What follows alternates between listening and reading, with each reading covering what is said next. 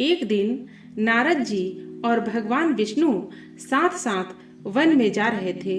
अचानक विष्णु जी एक वृक्ष के नीचे थक कर बैठ गए और बोले, भाई नारद जी, हम तो थक गए हैं, प्यास लगी है, कहीं से पानी मिल जाए तो लाओ, हमसे तो प्यास के मारे चला नहीं जा रहा है।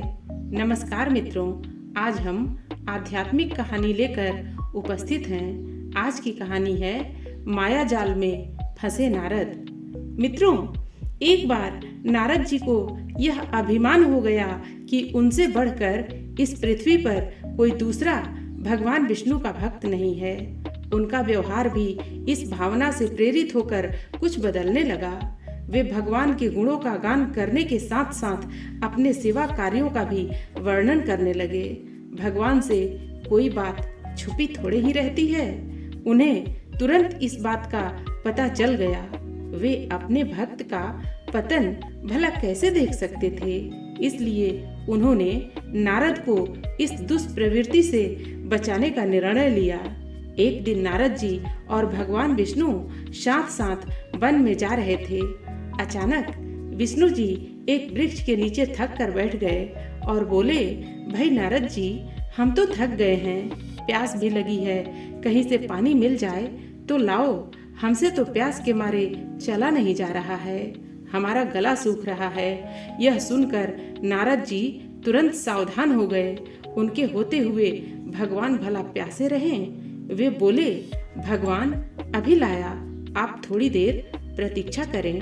नारद जी एक ओर दौड़ लिए। उनके जाते ही भगवान मुस्कुराए और अपनी माया को नारद जी को सत्य के मार्ग पर लाने का आदेश दिया। माया शुरू हो गई। नारद जी थोड़ी ही दूर गए होंगे कि उन्हें एक गांव दिखाई पड़ा, जिसके बाहर कुएं पर कुछ युवा स्त्रियां पानी भर रही थीं। कुएं के पास जब वे पहुंचे तो एक कन्या को देखकर अपनी सुध बुध खो बैठे, बस उसे ही निहारने लगे। वह यह भूल गए कि भगवान के लिए पानी लेने आए थे। कन्या भी नारद जी की भावना समझ गई। वह जल्दी जल्दी जल से घड़ा भरकर अपनी सहेलियों को पीछे छोड़कर घर की ओर लपकी। नारद जी भी उसके पीछे हो लिए। कन्या तो घर के अंदर चली गई, लेकिन नारद जी ने द्वार पर खड़े होकर नारायण नारायण का अलख जगाया। गृह स्वामी नारायण का नाम सुनकर बाहर आया। उसने नारद जी को तुरंत पहचान लिया। अत्यंत विनम्रता और आदर के साथ वह नारद जी को घर के अंदर ले गया और उनके हाथ पैर धोकर स्वच्छ आसन पर बिठाया तथा उनकी सेवा सत्कार में कोई कमी न छोड़ी। उनके आगमन से अपने को धन्य बताते हुए गृह स्वामी ने अपने योग्य सेवा के लिए आग्रह किया। नारद जी बोले, आपके घर में जो आपकी कन्या जल का घड़ा लेकर अभी अभी आई है, मैं उससे विवाह करना चाहता हूँ। नारद जी की बात सुनकर गृह स्वामी एकदम चकित रह गया, लेकिन उसे प्रसन्नता भी हुई कि मेरी कन्या एक ऐसे महान योगी तथा संत के पास जाएगी। उसने स्वीकृति प्रदान कर दी और नारद जी को अपने ही घर में रख लिया। 2-4 दिन पश्चात शुभ मुहूर्त में उसने अपनी कन्या का विवाह नारद जी के साथ कर दिया तथा उन्हें गांव में ही उतनी धरती का टुकड़ा दे दिया। खेती करके वे आराम से अपना और अपने परिवार का पेट भर सके। अब नारद जी की वीणा एक खूंटी पर टंगी रहती, जिसकी ओर उनका ध्यान बहुत कम जाता। अपनी पत्नी के आगे नारायण को वे भूल गए। दिन भर खेती में लगे रहते, कभी हल चलाते, कभी पानी देते, कभी बीज बोते तो कभी निराई गुड़ाई करते। जैसे जैसे पौधे बढ़ते, उनकी प्रसन्नता का पारावार न रहता। फसलें हर वर्ष पकती कटती, अनाज से उनके कोठार भर जाते। नारद जी गांव के एक संपन्न किसान माने जाने लगे। वर्ष दर वर्ष बीतते चले गए और नारद जी की गृहस्थी भी बढ़ती चली गई। 3-4 लड़के लड़कियां भी हो गए। अब नारद जी को एक क्षण की भी फुर्सत नहीं मिलती थी। वे हर समय बच्चों के पालन पोषण तथा पढ़ाई लिखाई में लगे रहते अथवा खेत में काम करते रहते थे। अचानक एक बार तेज बारिश हुई, जिसने कई दिनों तक बंद होने का नाम ही नहीं लिया। बादलों की गरज और बिजली की कड़क ने सबके हृदय में भय उत्पन्न कर दिया। मूसलाधार वर्षा ने गांव के पास बहने वाली नदी में बाढ़ की स्थिति पैदा कर दी। चारों ओर पानी ही पानी फैल गया। कच्चे पक्के सभी मकान ढहने लगे। घर का सामान बह गया। पशु भी डूब गए। उनके व्यक्ति भी मर गए। गांव में त्राही त्राही मच गई। नारद अब क्या करें? उन्होंने भी घर में जो थोड़ा कीमती सामान बचा था उसकी गठरी बांधी और अपनी पत्नी तथा बच्चों को लेकर जान बचाने के लिए पानी में से होते हुए बाहर निकलने लगे। नारद जी बगल में गठरी थामे एक हाथ से एक बच्चे को पकड़े और दूसरे हाथ से अपनी पत्नी को संभाले हुए थे। पत्नी भी एक बच्चे का हाथ पकड़े धीरे धीरे आगे बढ़ने लगी। पानी का बहाव अत्यंत तेज था तथा यह भी पता नहीं चलता था कि कहाँ गड्ढा है और कहाँ टीला। अचानक नारद जी ने ठोकर खाई और गठरी बगल से निकल गई। नारद जी गठरी कैसे पकड़ते? दोनों हाथ तो घिरे थे। मन मसोस कर सोचा फिर कमा लेंगे। कुछ दूर जाने पर पत्नी एक गड्ढे में गिर पड़ी और गोद का बच्चा छूट कर बह गया।